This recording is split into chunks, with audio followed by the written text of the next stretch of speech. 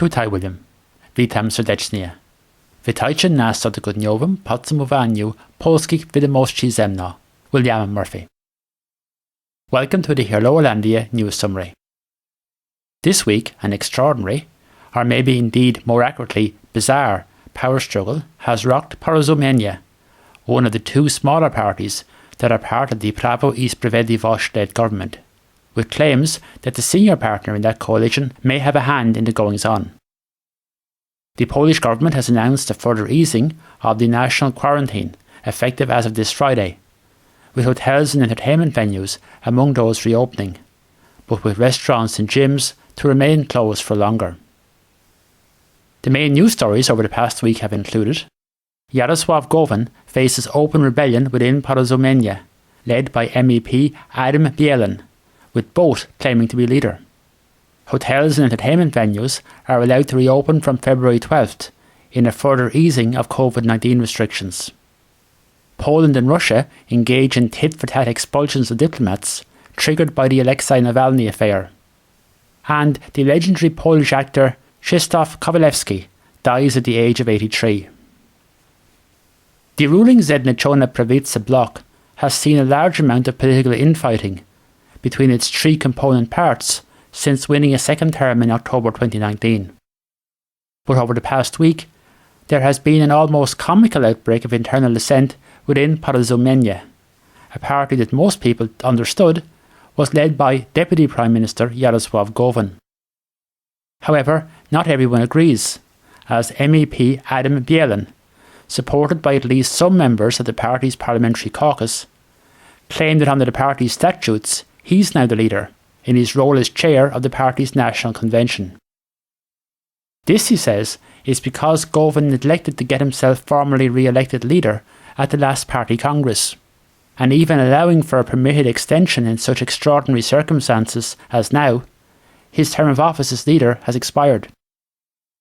The row surfaced in the public domain last Friday, when Bielin, one of the small centrist party's most prominent figures, especially in the aftermath of the recent departure of another former leading light, Jadwiga Emilewicz, was suspended from the party by its presidium, along with MP Kamil Bortniczuk. Some commentators believe wider coalition politics may be playing a role in the current standoff, where a party with a minuscule support base has two prominent figures both claiming to be its legitimate leader. They suspect that Prawo i Sprawiedliwość may be using Bielin to stir up trouble for Gowin. Bielin himself is regarded as being much closer politically to the senior coalition partner than Gowin. Others believe Gowin's move against Bielin may be a way for him to rid Porozumienie of its pro-peace wing. Speaking on Monday, Bielin said the conflict within the party had been smouldering since last October, and that last Thursday, the party's internal court, itself the subject of dispute as to how it's constituted, decided that Gowin cannot be considered the president of the party. Bielin claimed that he's been in regular contact with Jarosław Kaczynski and other United Right leaders, and he's consistently stressed that there's no threat to the future of the government. Prawo i Sprawiedliwość is, however, understood to be inclined to stick with Gowin for the present, on the basis he appears to have greater support, and the votes of Porozumienie deputies are needed in the same to keep the government in office. Informed sources say that Gowin has the backing of 12 of the party's 17 same members. 2 support Bielin and 3 are on the fence. Meanwhile, the main opposition party, Platforma Obywatelska, which recently marked the 20th anniversary of its foundation, in the aftermath of the defection to Polska 2050 of Joanna Mucha, on Saturday had its long-promised political relaunch, presided over by leader Boris Budka and Warszawa mayor and former presidential candidate Rafał Trzaskowski.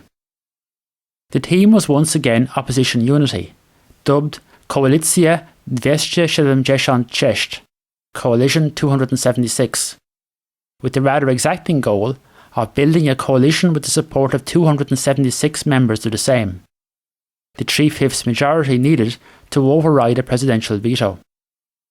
The obvious problem is that many of the other parties, which Platforma Obywatelska wants as part of a coalition led by itself, want no part of it. Last Friday, Prime Minister Mateusz Morawiecki announced a further easing of the restrictions on economic and social life in Poland as of February 12th. The new announcement came following an earlier relaxation involving the opening of shopping malls, museums and art galleries on Monday of last week. This time, hotels, outdoor sporting facilities such as ski slopes and entertainment venues including cinemas have been allowed to reopen, but restaurants and gyms will have to wait longer. Morawiecki said that the further relaxation was for a trial period of 2 weeks, which would allow an evaluation of the impact on the number of COVID-19 cases. He said the situation remained too fragile to allow any more extensive relaxation. The former Polish President, Aleksander Kwaśniewski, 67, and his wife Jolanta, 66, are the latest high-profile figures confirmed to have contracted COVID-19. The director of his presidential office said that initially he'd been suffering from an increased temperature and a tiring cough, and tests conducted last Saturday confirmed both were COVID-19 positive. Their condition at home in Switzerland, where they went for Christmas to support his sister, whose husband had recently died, is reported to be stable. Last Friday, Russia announced the expulsion of diplomats from 3 countries, Poland, Germany and Sweden, for alleged activities incompatible with their diplomatic status. In this case, attendance at illegal rallies in Moscow against the detention of the leading opposition figure Alexei Navalny. One member of the Polish consular staff was ordered to leave the country. Given Poland's strong expressions of support for Navalny and the dire state of bilateral relations between the 2 countries in recent years, it was certainly no surprise that Poland was caught up in the action. The expulsions were announced while the Russian Foreign Minister, Sergei Lavrov, and the EU's High Representative for Foreign Affairs and Security Policy, Joseph Borrell, were holding a press conference in Moscow. The timing of the visit by the EU's top diplomat was already regarded by many as ill-judged in light of recent developments, especially the Navalny case, and the expulsions must have caused Borrell considerable embarrassment. Some members of the European Parliament called for his resignation over the trip. Poland retaliated on Monday, announcing that it had decided, in accordance with the principle of reciprocity, to consider an employee of the Consulate General of the Russian Federation in Poznan as a persona non grata. Russia's ambassador to Poland had earlier been summoned to the Ministry of Foreign Affairs to receive a protest at the expulsion of the Polish diplomat, who Warsaw maintained had simply been performing her official duties. The ministry said that the expulsion would contribute to the further deepening of the crisis in bilateral relations between our 2 countries. President Andrzej Duda hosted a 2-day summit this week of the heads of state of the 4-nation Visegrad Regional Cooperation Grouping at his vacation home in Urata on the Hel Peninsula on Poland's Baltic Sea coast, which commenced on Tuesday. The in-person meeting marked the 30th anniversary of the foundation of the bloc comprising Poland, the Czech Republic, Hungary and Slovakia. The talks focused on plans for economic recovery post-COVID-19, EU affairs and relations with the US, as well as other topics including energy cooperation. More new economic data has been published by the Główny Urząd Statystyczny, GUS, our Central Statistical Office. On Tuesday, it reported that average wages in Poland rose by 1.75% in real terms in 2020 compared to the prior year. The average gross monthly wage was 5,167 zlotych and 47 grosze, or around 1,217 euro. One of Poland's best known and most popular actors, Shtav Kovalevsky, died in Warsaw last Saturday at the age of 83. Kovalevsky had been the recipient of many honours for his work, including the Knight's Cross of the Order of Polonia Restituta.